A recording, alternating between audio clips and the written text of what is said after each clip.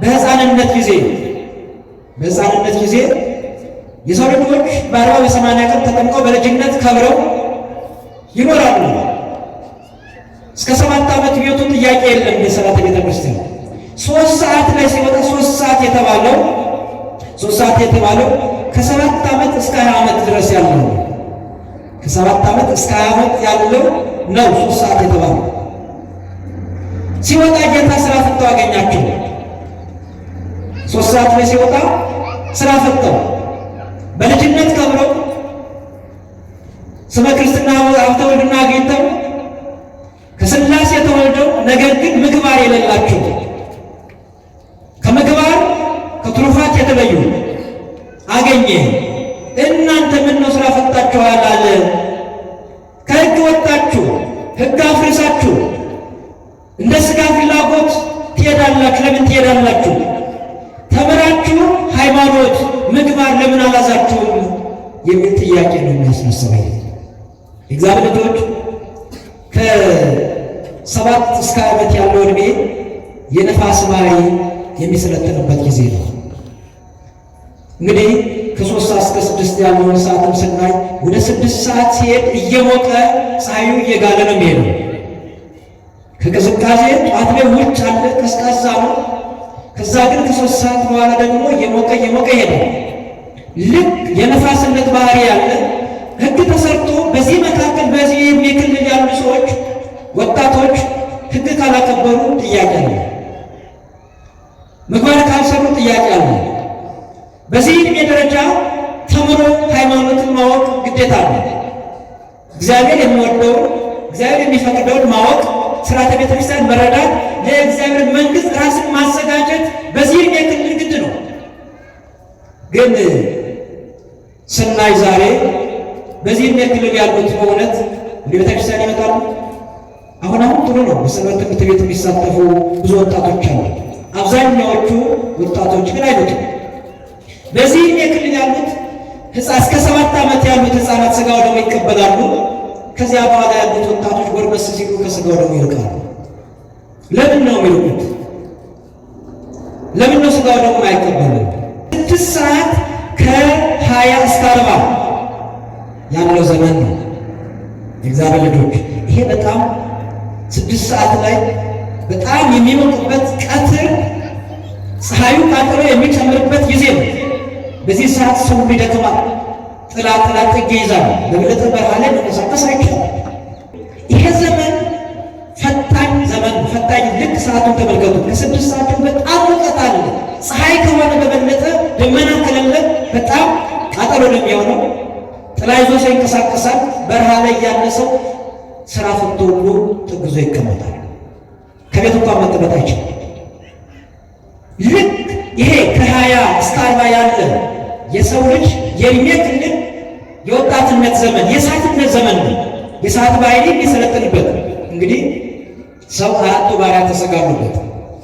ከ7 እስከ 20 ያልኳቸው ነፋስ ባህሪ ያለው ሰው ይሄ የሚሰለጥንበት ጊዜ ነው። ከ20 እስከ 40 ያለው ደግሞ የእሳትነት ባህሪ የሚሰለጥንበት ጊዜ ነው። በዚህ ጊዜ ያለው የወጣትነት ዕድሜ በጣም ፈታኝ ይፈተናል። ልክ የሰው ልጅ ባህሪን በዚህ ዕድሜ ክልል ያለ ፈታኝ ወደ ሥጋው ዓለም የሚሮጥበት የሥጋ ፍላጎትን የማይገታበት በዚህ ዕድሜ ክልል ያለ ወጣት ለሱ ተራራው ሜዳ ነው፣ እሳቱ ውሃ ነው፣ ጎድጓዳው ለሱ የሞላ ነው የወጣትነት ባህሪ። በዚህ ዘመን ጌታ ሲመጣ ስራ ፈቶ አገኘ። 6 ሰዓት ላይ ሲመጣ ከጠዋት ከሕፃንነት ጀምሮ ሃይማኖትን አግኝተው ከሥላሴ ተወልደው ምግባር የሌላቸው ሰዎችን አገኘ። የእግዚአብሔር ልጆች 6 ሰዓት ላይ ሲመጣ በወጣትነት ዘመን ሲመጣ እግዚአብሔር ብዙዎቹ ስራ ፈተው አገኛቸው። ሃይማኖትን ተምረው ያላወቁ ምግባር የሌላቸው የእግዚአብሔር ልጆች አብዛኛው እዚህ ያለው በዚህ ክልል ያለ ነው ብዬ አስባለሁ። እውነት ጌታ ዛሬ ወደኛ ቢመጣ ስራ አለ ነው? ስራ ፈተናል። ስራ የፈታ አእምሮ ምንድን ነው የሚባለው? ስራ የፈታ አእምሮ ምንድን ነው የሚያስበው? ክፋትን፣ ኃጢአትን፣ ተንኮልን ነው የሚያስበው። ስራ ያለው ሰው ጊዜውን እሳት እንዳለቀ ያውቀው ራሱ። ስራ ያለው ሰው ጊዜው ምን ሰዓት እንዳለቀ የምሳ ጊዜ እንኳን አይኖረው፣ ብዙ ጊዜ የቁርስ ጊዜም አይኖረው። ቁርሱ ወደ ምሳ ያሸጋግራል፣ ምሳውንም ደግሞ አሳልፎ ሊመገብ ይችላል። ስራውን የሚያሰው ክፋት አያስብም፣ ተንኮል አያስብም። እነከሌ ብሎ ወደ ምቀኝነት ወደ ሰዎች አይመለከትም። ስራ የፈታ ሰው ግን ብዙ ነገሮችን ያያል። ለሰው ምቀኛ ይሆናል። እነዚያ ሰርተው የሚያገኙትን ሰዎች ይመለከታል። ስራ በስጋው ዓለም ማለት ነው። በመንፈሳዊ ዓለም ስራ የፈታ አይምሮ የኃጢአት ምንጭ ነው። ዝሙት ይሰለጥንበታል፣ ምቀኝነት ይሰለጥንበታል፣ ብዙ ነገሮች ይሰለጥኑበታል። ስለዚህ እግዚአብሔር ልጆች በዚህ ዕድሜ ክልል ያለን በእውነት በዚህ ዘመን ዛሬ ቴክኖሎጂ በእጃችን አለ። በዚህ ላይ ያለ ዕድሜ ክልል ያለን የት ላይ ነው? መልካም ነው ቴክኖሎጂ መጠቀም ለመልካም ነገር፣ ግን ለኃጢአት እንዳንጠቀም እና በዚህ ደረጃ ላይ ያሉት ወጣትነት ደረጃ ላይ በዚህ ዕድሜ ክልል በሰዓትነት ባህሪ ያሉት እግዚአብሔር ሲመጣ ከምግባር የወጡ ከሃይማኖት የወጡ ብዙዎች አሉ። አየ ለምን ስራ ፈታችሁ ቆማችሁ? ለምን ስራ ፈታችሁ አላችሁ ብሎ ይጠይቃል እግዚአብሔር ልጆች እግዚአብሔር ሊመጣ መቼም እኛ ማወቅ የሚመጣበትን ጊዜ። ስለዚህ መልካም ስራ አለ፣ የጽድቅ ስራ አለ፣ የቅድስና ስራ አለ። ከመልካም ስራ አልወጣን። ስራ ፈት የተባለው ስራ የሌለው ሰው ቁጭ የሚል ሰው ነው። እኛ ስራ ፈት ከጽድቅ የወጣ ከቅድስና የወጣ ከመልካም አምልኮ የወጣ ሰው በመንፈሳዊ ስራ ፈት ነው። ስራ ፈት ነው በእግዚአብሔር ፊት በመልካም አምልኮ የማይታወቅ በጽድቅ የማይታወቅ በቅድስና የማይታወቅ ወደ ቤተ ክርስቲያን የማይገሰግስ የወጣትነት ዘመኑን መልካም ፍሬ የሚያፈራበት ወጣት በጉብዝና ወራት ፈጣሪን አስብ ያለውን ቃል የዘነጋ ለዓለም ራሱን ያስረከበ ወጣት እግዚአብሔር ይመጣ ምን መልስ ስራ ፈቶች እንዳንገኝ አምላካችን እግዚአብሔር ይርዳል። በጽድቅ በቅድስና ቅዳሴውን እያስቀደስ ዝማሬውን እየዘመር ጸሎት እየጸለይ መልካም ስራ እየሰራ የወደቁትን እያነሳ ሰው ለሌላቸው ሰው ሆነን የተራቡትን እያበላ የታረዙትን እያለበስ እግዚአብሔር እንዲያገኘን በመልካም ስራ እሱ ይፍቀድልን። ከ6-9 ሰዓት ላይ ሲመጣ አሁንም በ9 ሰዓት ስራ ፈተው ሰዎች እናገኘ 9 ሰዓት ከ40 እስከ 60 ያለ ዘመን ነው። ከ9 ሰዓት እስከ 60 ከ9 ሰዓት እስከ 11 ሰዓት ያለው ቅዝቃዜ ሙቀቱ እየቀዘቀዘ ነው የሚሄደው። አሁን ከ40 እስከ 60 ያለው ዘመን የውሃ ባይ ነው። ሰው እየጨመተ እየቀዘቀዘ ነው የሚሄደው። ምን ይባላል? ሀብት የሚገኝ በ20 ዓመት ልብ የሚገኝ በስንት ዓመት ነው የሚባለው? ምንድነው የዛን ጊዜ ሰው ልክ በወጣትነት በ20 ዓመት በወጣትነት ዘመን ሀብት ሲገኝ ወጣት እንደፈለግ ነው የሚያባክነው፣ እማጣ አይመስልም። ልክ እዛ በኋላ ደግሞ እየጨመተ ሲሄድ የዋህነት ባህሪ ሲመጣ እያስተዋለ ሲመጣ ያንን በወጣትነት ዘመን ያገኘውን ገንዘብ ያጠፋውን ገንዘብ ሲያይ ይቆጫል። ልብ ማለት ማስተዋል ይመጣል። የዛን ጊዜ መረጋጋት ይመጣል። ይሄ የሚረጋጋበት ዘመን ጊዜ ነው። በዚህ ጊዜም አሁን በዚህ ዘመን ጌታም ሲመጣ ስራ የፈቱ ሰዎችም አሉ። ጊዜ ያላስተማራቸው እድሜ ያላስተማራቸው ሰዎችም አሉ። እነሱንም የስራ ፈታችኋል። እስካሁን ከነግ ጀምሮ እስከ 9 ሰዓት ከሕፃንነት ጀምሮ እስከዚህ እድሜ ድረስ እንዴት ከመልካም ስራ ወጣችሁ? ከመልካም አምልኮ ወጣችሁ? ከሕግ ወጣችሁ? በዓለም በሥጋ ፍላጎት እንዴት ትኖራላችሁ? አሁንም ነው የባለፈው ጊዜ የባከኑ ጊዜ ይበቃችኋል። አሁንም ስራ ያዙ አለ ጌታ። የእግዚአብሔር ልጆች አሁንም ከ60 እስከ 80 ያለው ደግሞ አሳክ የሚለው 11 ሰዓት የመሬትነት ዘመን የመሬት ባህሪ የሚሰለጥንበት ማለት ነው። ከዛ በኋላ ከ60 ዓመት በላይ ያለ ሰው እንደ ወጣት እንጣጥጣጥ ይሄዳል ቢል አይችልም። ተፈጥሮ በራሱ ይገታል። ሳይወድ በግድ ሰውነቱ እየጎበጠ መሬት እያየ ይሄዳል። ተፈጥሮ በራሱ ይገታል። ስለዚህ በዚህ ዕድሜ ክልል እግዚአብሔር የሚሰጧቸው ምንም ነገር የሌላቸው ሰዎች አገኘ። ስራ የሌለ ለመስካው ስራ ፈታችኋል ብሎ አሁንም መልካም ስራ የሚሰሩ እንግዲህ በአጠቃላይ እግዚአብሔር በእያንዳንዳችን የዕድሜ ክልል ይመጣል፣ ይጠይቃል። የእግዚአብሔር ልጆች ለዚህ ነው ቤተ ክርስቲያናችን መድኃኒዓለም ክርስቶስ ድልዋኒክሙ ንበሩ፣ ተዘጋጅታችሁ ኑሩ። ድልዋኒክሙ ንበሩ እስመ የተአምሩ ጊዜ መጻዳስ ባለቤት ቅዱስ ያሬድ ሲናገር እመኒ ሰርከ ወሚመንፈቀ ሌሊት ወሚጓጽባ ድልዋኒክሙ ንበሩ። ጌታ የሚመጣበትን ጊዜ አታውቁ። ጠዋት ሊመጣ ይችላል፣ በቀትር ሊመጣ ይችላል፣ በ3 ሰዓት ሊመጣ ይችላል፣ በ9 ሰዓት ሊመጣ ይችላል፣ በሰርክ ሊመጣ ይችላል። በሕፃንነት የሚጠሩ ሰዎች አሉ። ሕፃናት አይሞቱም? ይሞታሉ። በሕፃንነት የሚጠሩ ሰዎች አሉ። እነሱ ችግር የለባቸው። በ3 ሰዓት ይመጣል። በዚህ እስከ 20 ዓመት ባለው በዚህ ላይ ግን ሲመጣ እግዚአብሔር ቢመጣ ጥሪ ቢያስተላልፍ በዚህ ምድር ላይ የምትኖርበት በቃ ብሎ እግዚአብሔር ቢወስን እግዚአብሔር የወሰነው ጊዜ ቢደርስ መሄድ እንችላለን። ይሄዳል፣ ግዴታ ነው። ግን እዚህ ላይ ስንሄድ ስራ ከሌለን ምንድን ነው የሚከፈለው? ስራ የፈቱት እንኳን ተከፈላቸው። የእግዚአብሔር ልጆች እናስተውል። ስራ ፈት የተገኙ ሰዎች ለምን ስራ ፈታችሁ አላችሁ? ሂዱና ስሩ። የሚሰሩት እንዲከፈላቸው ነው። ያልሰራ የተከፈለው የለም። ሁሉም በነግም የገቡት፣ በ3 ሰዓትም የገቡት፣ በ6 ሰዓትም የገቡት፣ በ9ም በሰርቅማ በ11 ሰዓት የገቡት ክፍያ ተከፍሏቸው እንዲከፈላቸው ስራ ስሩ የተባሉት። አሁንም መድኃኒዓለም ክርስቶስ የእግዚአብሔር ልጆች በእግዚአብሔር መንግሥት ለመኖር የሚከፈል ዋጋ አለ። ያንን ዋጋ ለማግኘት ስራ ስሩ ይላል እግዚአብሔር። ስራ ስሩ። በማንኛውም የዕድሜ ክልላችን ወጣቶች፣ ወንድሞቼ፣ እህቶቼ ጊዜያችን በአግባብ እንጠቀምበት። ዘመኑን ዋጀው። ዘመኑ የሰው ልጅ ለሃይማኖት ቦታ እየሰጠ ነው ወይ? አለማማረክም። ዛሬ በዓለም ላይ ብዙ ነገሮች አሉ። የሰው ልጅ በዓለም ላይ ብዙ ጊዜ ይኖር ይመስል ገንዘብ ገንዘብ የሚልበት ጊዜ፣ ወጣትነቱን ለገንዘብ አሳልፎ የሚሰጥበት፣ ቅድስናው ለገንዘብ የሚያረክስበት፣ ሃይማኖቱን ለገንዘብ የሚለውጥበት ጊዜ ላይ ያለ። ስለዚህ ጥንቃቄ ያስፈልጋል። ያለ ስራ በአንድ ተቋም የሚሰራ ሰራተኛን ሰርቶ ዋጋ የሚከፈል ካልሰራ ክፍያ ያገኛል? ወደ አንድ ተቋም ሲገባ አንድ ሰራተኛ የዚያ ተቋም ሰራተኛ መሆኑን ማረጋገጫ ይሰጠዋል። ከዛ ሊስት ውስጥ ይገባል። በዚያ ሊስት መሰረት ሁልጊዜ በየወሩ ደሞዝ ይሰጠዋል። ከዚያ ተቋም ሊስት ውስጥ ያልገባ ሰው የሰራተኛ ነገር ይከፈላል? አይከፈለው።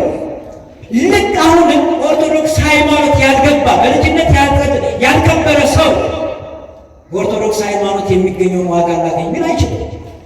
ከዛም በአንድ ተቋም የገባ ሰው ስለገባ አይደለም ወራዊ ክፍያ የሚከፈል ስለሰራ ነው። ካልሰራ ይቀጣል። ካልሰራ መባረርም አለ የእግዚአብሔር ልጆች። ስለዚህ እኛ ኦርቶዶክስ ሃይማኖት ተከታዮች ነን። በልጅነት ከብረናል። በክርስቶስ ክርስቲያን ተብለን ተጠርተናል። ነገር ግን ስራ ያስፈልጋል።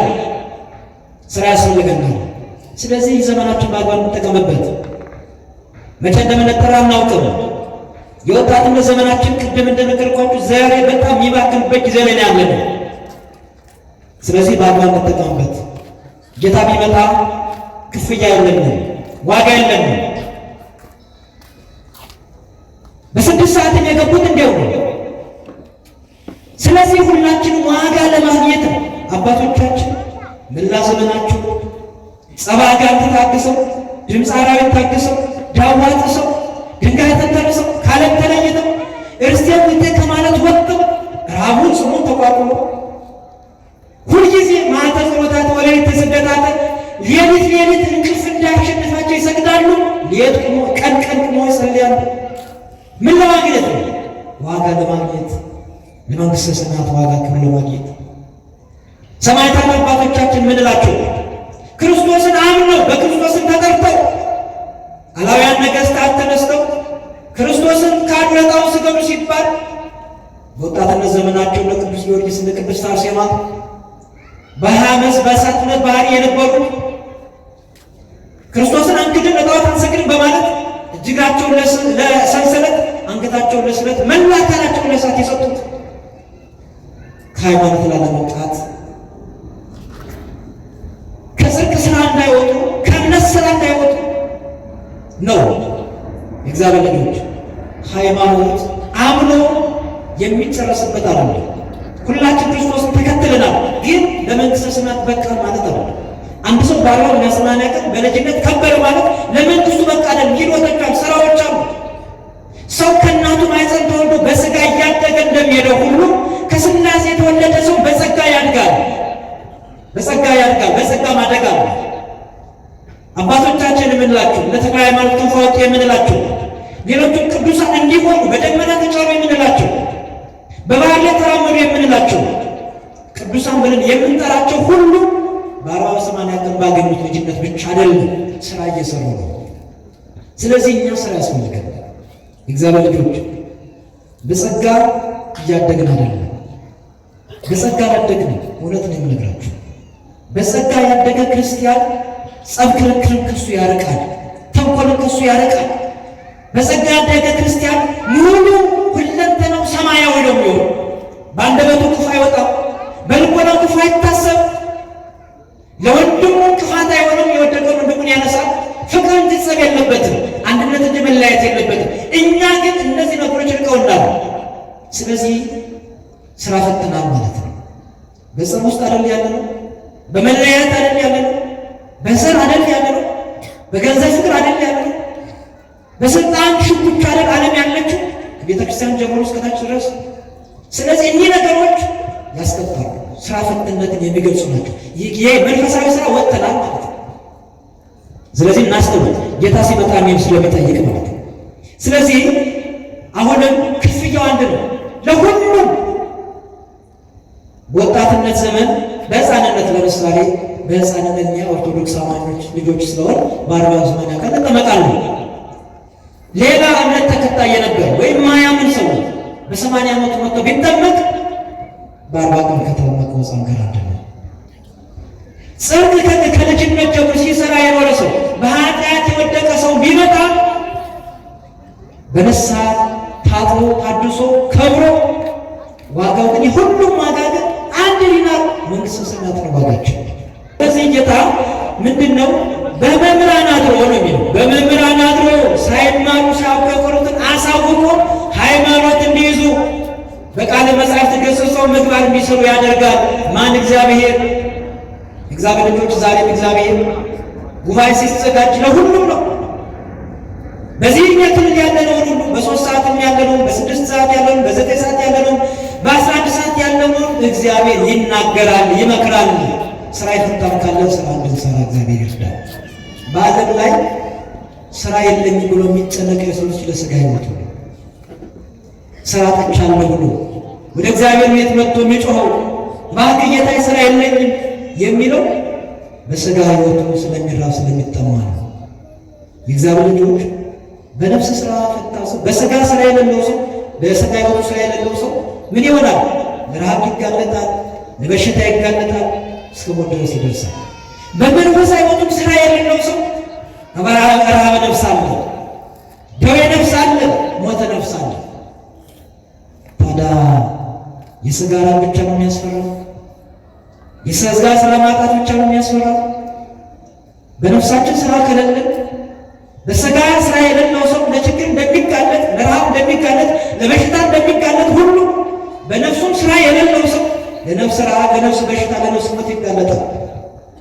በዓለም ላይ በረሃብ የሚያል ሰው ሞተ ተብሎ ይነገራል። በችግር የነፍስ ረሃብተኛ ሰዎች ዛሬ የነፍስ ረሃብተኛ ስንት ነው ያለ? የሚጨፍረው የነፍስ ረሃብተኛ እኮ ነው። በጸብ በክርክር ያለ የነፍስ ረሃብተኛ ነው። በጥላቻ የተሞላ ልብ ያለው የነፍስ ረሃብተኛ ነው። በዘር የተያዘ ልብ ያለው የነፍስ ረሃብተኛ ነው። የሁሉ የነፍስ ረሃብተኛ በሥጋ ረሃብተኛ ሰው እንደሚሞት የነፍስ ረሃብተኛ በነፍስ ይሞታል። የእግዚአብሔር ልጆች ነፍሳችን አልተራበችም? መልካም ነው፣ ቃሉን እየሰማን ነው። ቃሉ ግን በሕይወታችን ጻለ ወይ? በትክክል ቃሉና ሕይወታችን ተዛምዷል ወይ ነው ትልቁ የወንጌሉ የትምህርቱ ዓላማ። ቃሉ የምንሰማው ቃል የእኛን ሕይወት አስተካክሎታል ወይ?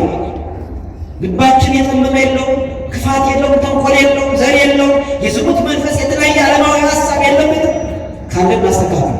መጻሕፍት እኛ የምንገሰጽባቸው ናቸው። ወኩሉ ዘተጽሕፈ ለተግሣጽ ዚአነ፣ ሁሉ የተጻፉት መጻሕፍት እኛ ልንገሰጽባቸው፣ እኛ ልንማርባቸው፣ እኛ ራሳችን ልናይባቸው፣ ራሳችን አስተካክለን ለመንግስቱ ልንዘጋጅባቸው የተጻፉ ናቸው መጻሕፍት። እነሱን አስተውለናል። የምንጸልየውን ጸሎት ሰምተነዋል። ስለዚህ ጌታዬን ይነግረናል። ነቢየ እግዚአብሔር ዳዊት በመዝሙር 129 በቅንፍ 130 ቁጥር 6 ላይ ተወከለት ነፍሴ በእግዚአብሔር እምሰዓተ ጸባሕ እስከ ሌሊት። ተመልከቱ፣ ይህ ሰዓትን ለመግለጽ ነው። አሁን ተወከለት ነፍሴ በእግዚአብሔር እምሰዓተ ጸባሕ እስከ ሌሊት፣ ከማለዳ ጀምሮ እስከ ሌሊት ድረስ ነፍሴ በእግዚአብሔር ታመነች። ከማለዳ ጀምሮ እስከ ሌሊት ድረስ ነፍሴ በእግዚአብሔር ታመነች። ለአንድ ቀን ብቻ? አሁን ዳዊት ለአንድ ቀን ነው? ከማለዳ ጀምሮ ፀሐይ ስትወጣ ጀምሮ እስከ ሌሊት እስከሚጨልም ድረስ ነው? አይደለም። ማለዳ የሚለው ዳዊት ሕፃንነቱ ነው። እስከ ሞት የሚል እስከ ሌሊት እስከ ሞት ድረስ ማለት ነው። ከሕፃንነት ጀምሮ እስከ ሞት ድረስ ነፍሴ በእግዚአብሔር ታመነች።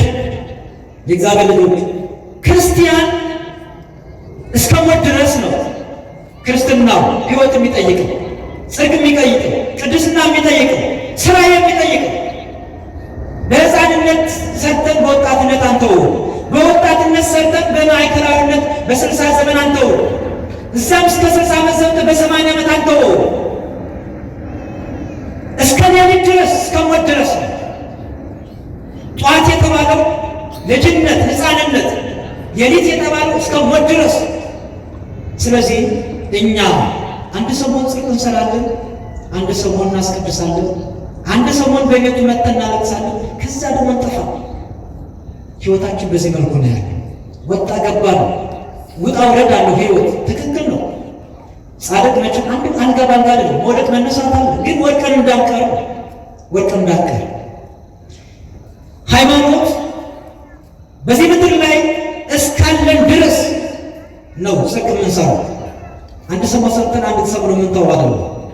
እግዚአብሔር እስከሚጠራን ድረስ፣ ምክንያቱም እንደሚመጣ መቼ እንደሚመጣ እናውቅም። ለዚያ ነው መቼ እንደሚመጣ ስለማታውቁ ተዘጋጅታችሁ ኑሩ። ዝግጅቱ መልካም ስራ ነው፣ መልካም አምልኮ ነው፣ ሃይማኖት ነው፣ ምግባር ጸሎት ነው። ስለዚህ ወገኖቼ እኛስ በትክክል ከጧት እስከ ማታ እስካሁን ድረስ ባያለንበት በእድሜ ደረጃችን፣ አባቶችም በእድሜ ደረጃ ደርሳችኋል።